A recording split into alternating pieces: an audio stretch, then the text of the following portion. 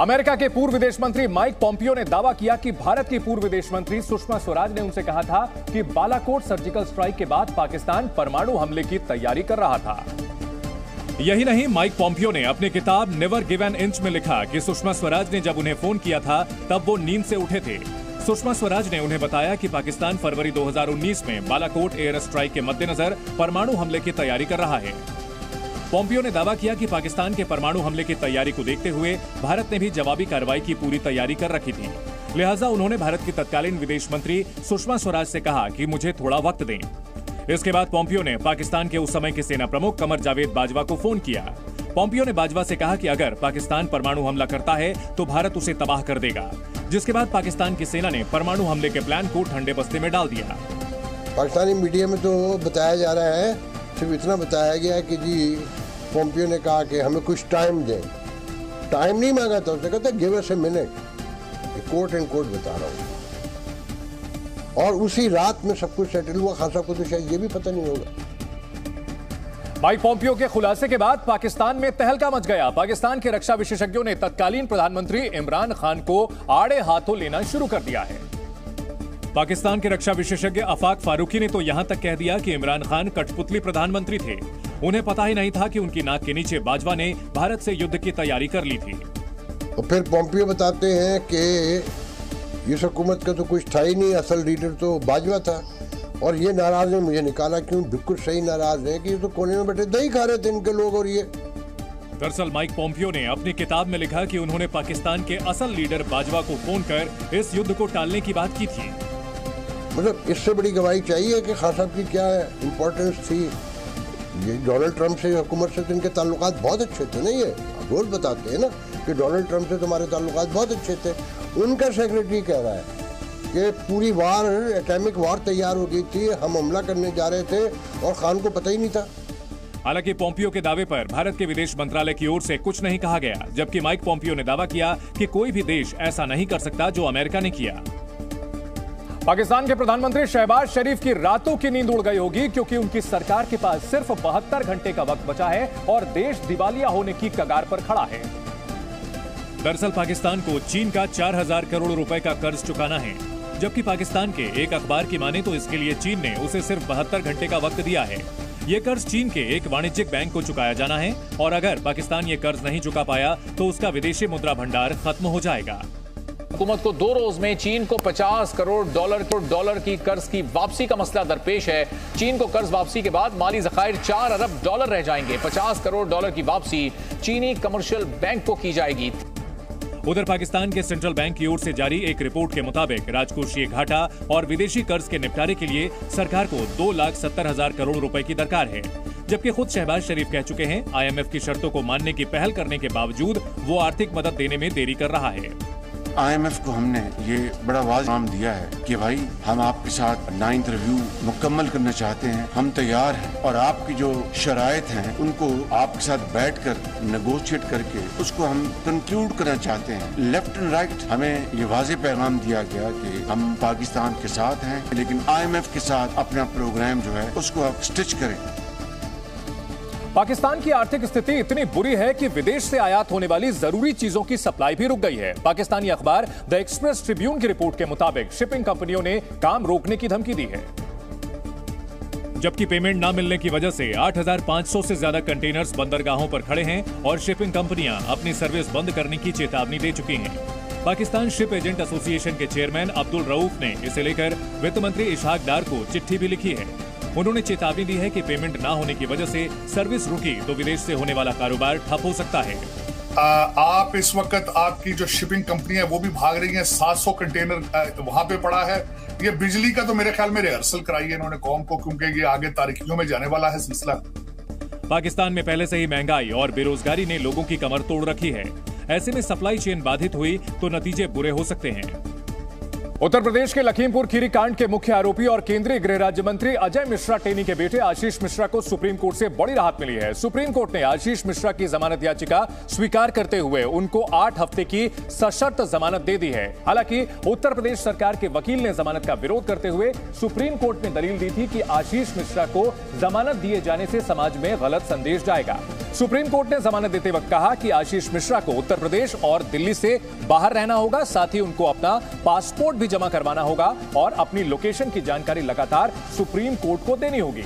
आशीष मिश्रा और उनके परिवार के सदस्यों को लखीमपुर खीरी केस से संबंधित पक्षों से दूर रहने के भी निर्देश दिए गए हैं।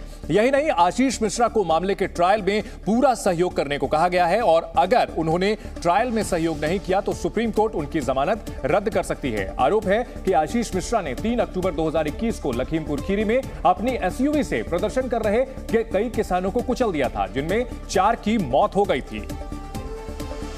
इजिप्ट के राष्ट्रपति को गार्ड ऑफ ऑनर दिया गया।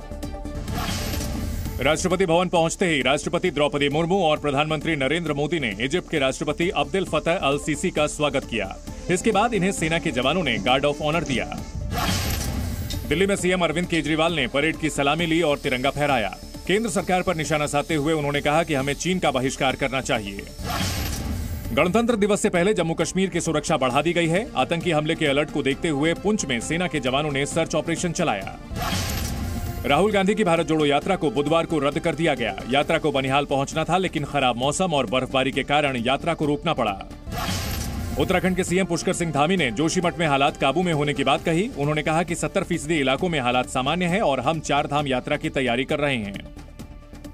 कर्ज से बेहाल पाकिस्तान में जोरदार सियासी ड्रामा देखने को मिला है। पाकिस्तान के पूर्व प्रधानमंत्री इमरान खान के एक बार फिर से देश भर में प्रदर्शन और रैली निकालने के ऐलान के बाद उनके खिलाफ जोरदार पुलिसिया एक्शन शुरू हो गया है और इमरान खान के करीबी फवाद चौधरी को लाहौर स्थित उनके घर से अरेस्ट कर लिया गया। यही नहीं, अदालत ने उन्हें राजद्रोह के आरोप में जेल भेज दिया, जिसके बाद पीटीआई के नेता और पाकिस्तान के पूर्व विदेश मंत्री शाह महमूद कुरैशी ने शहबाज सरकार को इशारों में धमकी दी कि ऐसी कार्रवाई के नतीजे बेहद बुरे होंगे।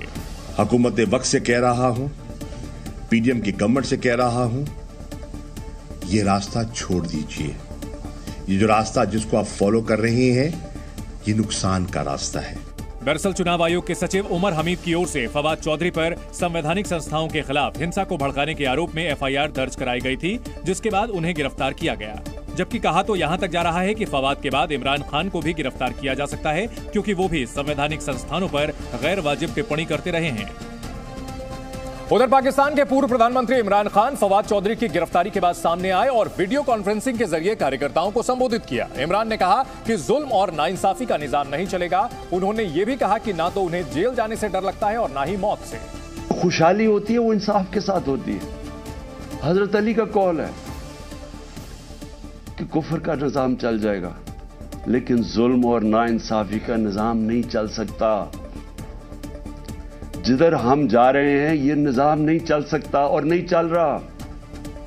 आज पूछे लोगों के हालात। दुनिया भर में जासूसी के आरोपों से घिरे चीन के बारे में British media group Asian light international ने हैरान करने वाला खुलासा किया है। एशियन लाइट इंटरनेशनल का दावा है कि चीन घरों में इस्तेमाल होने वाले डोमेस्टिक अप्लायंसेज यानी घरेलू उपकरणों के जरिए लाखों करोड़ों लोगों की जासूसी कर रहा है। चीन जिन घरेलू प्रोजेक्ट्स का इस्तेमाल जासूसी के लिए कर रहा है, उनमें फ्रिज, लैपटॉप, मोबाइल और मिक्सर ग्राइंडर जैसे उपकरण शामिल हैं। आरोप तो यह भी है कि चीन सजावट में इस्तेमाल होने वाली एलईडी लाइट्स के जरिए भी लोगों की जासूसी कर रहा है। इस रिपोर्ट में कहा गया है कि चीन में बने इन प्रोडक्ट्स में माइक्रोचिप लगी होती है, जिनके जरिए चीन लोगों की निजी जानकारियां हासिल करता है। यही नहीं, आरोप तो यह भी है कि गाड़ियों में इस्तेमाल होने वाले मेड इन चाइना पार्ट्स में भी जासूसी चिप्स लगी होती हैं। इस खुलासे ने दुनिया भर के तमाम देशों के होश उड़ा दिए हैं, क्योंकि दुनिया के टेक्नोलॉजी मार्केट में 50% से ज्यादा की हिस्सेदारी 3 चाइनीज कंपनियों की है। इन कंपनियों के नाम है क्वेकटेल, फाइबोकॉम और चाइना मोबाइल। दुनिया की 10 बड़ी लैपटॉप कंपनियां इन्हीं तीनों कंपनियों के पार्ट्स का इस्तेमाल करती हैं। इस रिपोर्ट में यह भी दावा किया गया है कि ऐसे ही जासूसी उपकरणों की मदद से चीन ने अमेरिकी हथियारों के मूवमेंट की ज्यादातर जानकारियां जुटा ली थी और उसे मालूम था कि अमेरिका कब और कितने हथियार उसके पड़ोसी देश ताइवान को दे रहा है। अमेरिका के टेक्सास में सड़कों पर हर तरफ मलबा बिखरा हुआ था और गाड़ियां, ट्रक पलटे हुए थे। बताया गया कि टेक्सास में कल एक जबरदस्त टॉर्नेडो आया था और जो कुछ उसकी चपेट में आया वो तबाह हो गया। टेक्सास से सामने आई तस्वीरों में चक्रवाती तूफान से हुई तबाही का भयावह मंजर दिखाई दिया। भारी भरकम ट्रक भी खिलौनों की तरह सड़क पर पलट गए। सामने आई तस्वीरों में वहां कई ट्रक सड़क पर पलटे नजर आए। बड़ी संख्या में इमारतें धराशायी हो गईं, कई मकानों की छतें उड़ गईं, जबकि कई तो पूरी तरह बर्बाद हो गए। तूफान तो गुजर गया, लेकिन वो तबाही की दिल दहला देने वाली तस्वीरें पीछे छोड़ गया। इलाके का एक बड़ा हिस्सा मलबे के ढेर में बदल गया। अमेरिका के इस हिस्से में अक्सर इस तरह के तूफान आते हैं जिन्हें टॉर्नेडो कहा जाता है।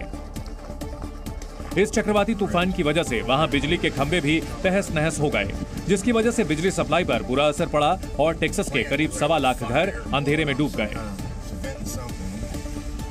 केंद्र सरकार ने सेना को आधुनिक हथियारों और उपकरणों से लैस करने की रणनीति तेज कर दी है। इसी रणनीति के तहत सरहद पर तैनात जवानों को अब जेट पैक की पावर मिलने वाली है। जानकारी के मुताबिक सेना ने सरहद पर तैनात जवानों के लिए 48 जेट पैक खरीदने की योजना को हरी झंडी दिखा दी है। जेट पैक एक खास किस्म का सूट होता है जिसमें 5 गैस टरबाइन जेट इंजन लगे होते हैं जो करीब 1000 हॉर्स पावर की ऊर्जा पैदा करते हैं और इस जेट पैक को पहनकर जवान उड़कर कहीं भी पहुंच सकते हैं। जेट पैक पहने जवान के उड़ने की रफ्तार 50 किलोमीटर प्रति घंटा तक हो सकती है और एक बार उड़ान भरने के बाद जेट पैक लगभग 8 मिनट तक आसमान पर में रह सकता है। फिलहाल जवानों के लिए जेट पैक का इस्तेमाल ब्रिटेन की रॉयल नेवी और अमेरिकी सेना करते हैं। जेट पैक के अलावा दुर्गम पहाड़ी रास्तों पर सामान पहुंचाने के लिए 100 रोबोटिक म्यूल को खरीदने की प्रक्रिया भी शुरू कर दी गई है।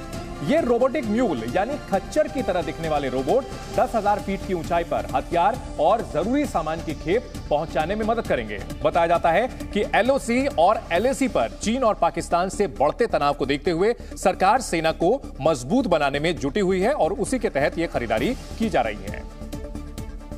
बॉलीवुड एक्टर अक्षय कुमार शिरडी पहुंचे। अक्षय कुमार ने शिरडी के साईं मंदिर में पूजा अर्चना की और माथा टेका। इस दौरान अक्षय कुमार को साईं बाबा की मूर्ति भी भेंट की गई। बॉलीवुड एक्ट्रेस जैकलीन फर्नांडिस ने एक बार फिर पटियाला हाउस कोर्ट से दुबई जाने की इजाजत मांगी है। जैकलीन से सुकेश चंद्रशेखर मामले में ईडी पूछताछ कर रही है। झांसी में एक सांप ने 20 दिन से एक घर में डेरा डाल रखा है। लोग सांप को दूध पिला रहे हैं। सांप ने अब तक किसी को भी नुकसान पहुंचाने की कोशिश नहीं की है। जम्मू कश्मीर के बारामूला जिले में भारतीय सेना के सहयोग से लोगों ने तिरंगा रैली निकाली। श्रीनगर गुलमर्ग रोड पर निकाली गई तिरंगा रैली में सैकड़ों लोग शामिल हुए। असम के पलासबाड़ी इलाके में एक फैक्ट्री में आग लगने से हड़कंप मच गया। फायर ब्रिगेड ने कड़ी मशक्कत के बाद आग पर काबू पा लिया है। 4 साल के लंबे अंतराल के बाद जब शाहरुख खान ने फिल्म पठान के जरिए सिल्वर स्क्रीन पर दस्तक दी तो विरोध और समर्थन के नारों के साथ उनका स्वागत किया गया। देश के कई हिस्सों में फिल्म पठान के रिलीज के पहले दिन विरोध करने वाले थिएटरों के बाहर दिखने लगे, जिसकी एक तस्वीर बिहार के भागलपुर से आई, जहां बजरंग दल सहित कुछ हिंदूवादी संगठनों के कार्यकर्ता एक थिएटर के बाहर जमा हो गए और एक कार्यकर्ता ने स्पाइडरमैन की तरह थिएटर की दीवार पर चढ़कर पोस्टर फाड़ डाले। कुछ ही देर में पोस्टर जमीन पर आ गिरा और नीचे इंतजार कर रहे कार्यकर्ताओं ने उसके टुकड़े टुकड़े कर फूंक डाले। इस दौरान नारेबाजी तेज हो गई।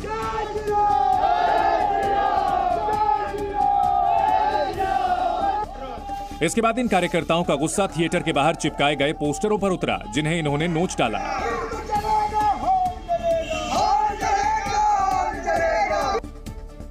असल में फिल्म पठान के विरोध की वजह इसका एक गाना बेशरम रंग बना, जिसमें केसरिया रंग के कपड़ों में डांस फिल्माया गया था। हालांकि विरोध की आवाज तेज होने के बाद विवादित हिस्से में बदलाव कर दिया गया, लेकिन इसके बावजूद फिल्म की रिलीज के वक्त जगह जगह विरोध की आवाजें उठती रहीं और इंदौर में लाठी डंडों के साथ एक थिएटर के बाहर पहुंचे बजरंग दल और वीएचपी के कार्यकर्ताओं ने हनुमान चालीसा का पाठ कर नारेबाजी की।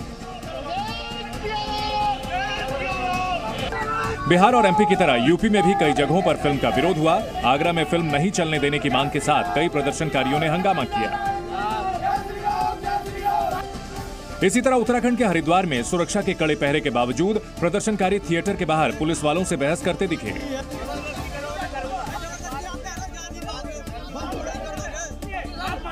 फिल्म के विरोध में प्रदर्शनकारियों के तेवर को देखकर कई जगहों पर पठान रिलीज नहीं हो पाई, लेकिन कुछ जगहों पर शाहरुख खान के प्रशंसकों ने 4 साल बाद रुपहले पर्दे पर अपने हीरो की वापसी का धमाकेदार अंदाज में स्वागत किया, जिसकी एक झलक कोलकाता से आई, जहां शाहरुख के चाहने वाले बग्घी पर शाहरुख के पोस्टर रखकर जश्न की रैली निकालते दिखे।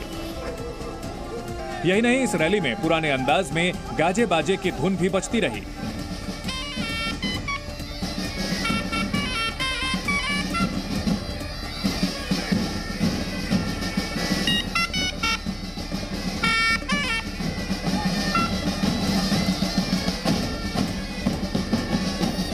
इससे पहले प्रशंसक फिल्म के पोस्टर लेकर सड़कों पर उतर पड़े और पोस्टर को माला पहनाकर उसके सामने नारियल फोड़कर अपनी खुशी जताई।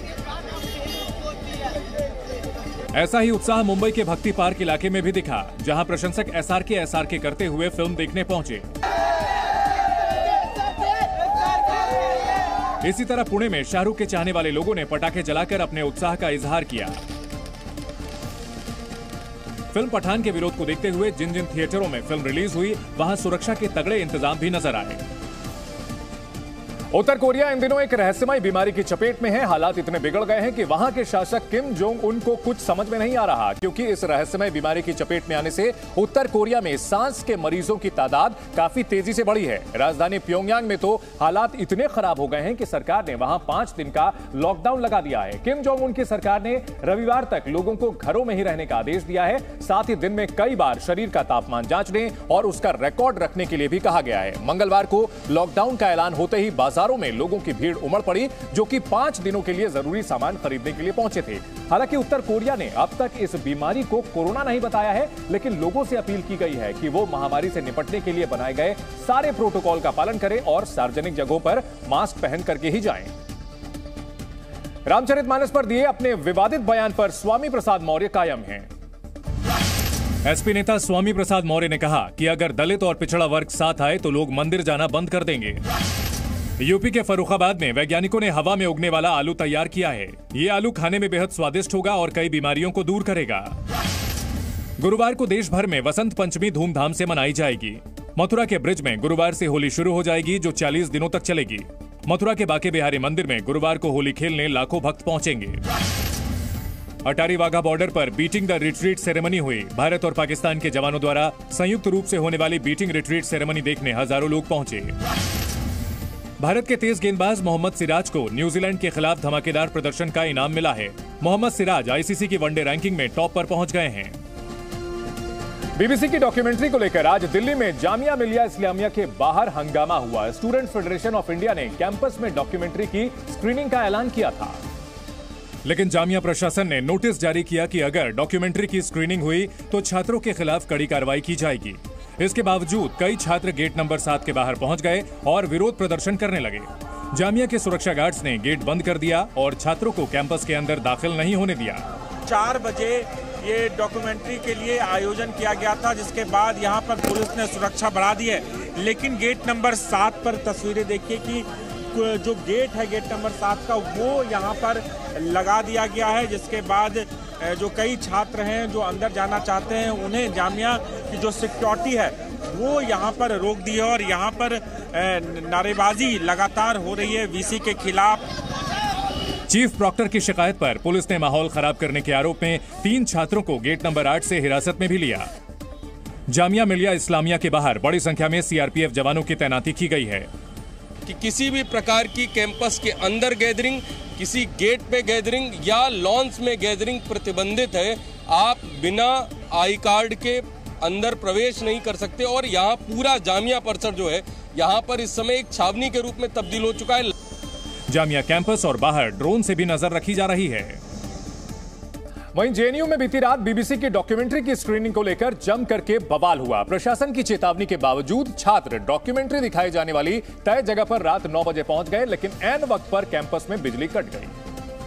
लेकिन छात्रों ने क्यूआर कोड के जरिए डॉक्यूमेंट्री डाउनलोड कर लिया, फिर अलग अलग ग्रुप बनाकर मोबाइल और लैपटॉप पर डॉक्यूमेंट्री देखने लगे।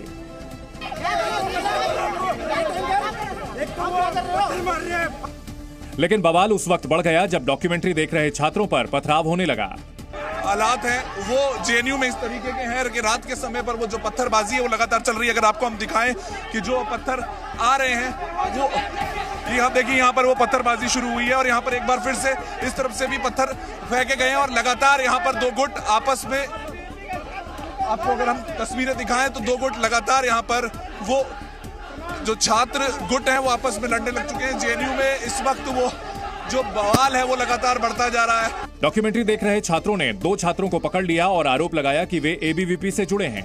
वहीं जेएनयू छात्र संघ यूनिवर्सिटी प्रशासन से नाराज दिखा। हमने डॉक्यूमेंट्री पूरी देखी है, कल भी देखेंगे, परसों भी देखेंगे, बात उसकी नहीं है। पत्थरबाजी क्यों हुआ, लाइट क्यों ऑफ करवाया गया। इसके बाद देर रात तक जेएनयू कैंपस में नारेबाजी होती रही।